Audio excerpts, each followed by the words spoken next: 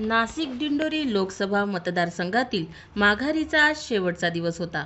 आज माघार घेण्याची प्रक्रिया संपली आहे। उद्धव ठाकरे गटातील बंडखोर उमेदवार ठरणारे विजय करंजकर यांनी माघार घेत शिंदे गटात प्रवेश करून सहसंपर्क प्रमुख म्हणून समोर आले आहेत। सातत्याने हेमंत गोडसे यांना विरोध करणारे करंजकर आता हेमंत गोडसे यांचा प्रचार करतील का, अशी चर्चा जोर धरू लागली आहे।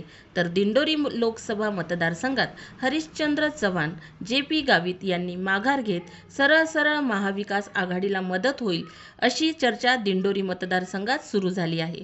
बंडखोरांनी अर्ज मागे घेतले असले तरी नाशिक लोकसभा मतदारसंघात शांतिगिरी महाराज, हेमंत गोडसे, राजाभाऊ वाजे, करण गायकर यांच्यात सरळ लढत होण्याची चिन्हे आता दिसू लागले आहेत।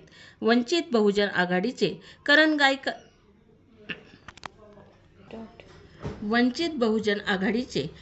गायकर, महाविकास आघाडीचे राजाभाऊ वाजे, शिंदे गटाचे हेमंत गोडसे व अपक्ष उमेदवार शांतिगिरी महाराज अशी चौरंगी लढत नाशिक लोकसभा मतदारसंघात होईल।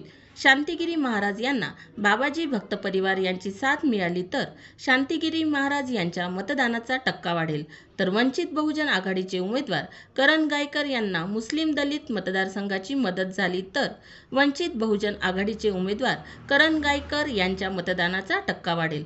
दुसऱ्या बाजूला पाहिलं तर महाविकास आघाडीचे राजाभाऊ वाजे आणि शिंदे गटाचे हेमंत गोडसे यांच्यात सरळ लढत होण्याची शक्यता वर्तवली जात आहे।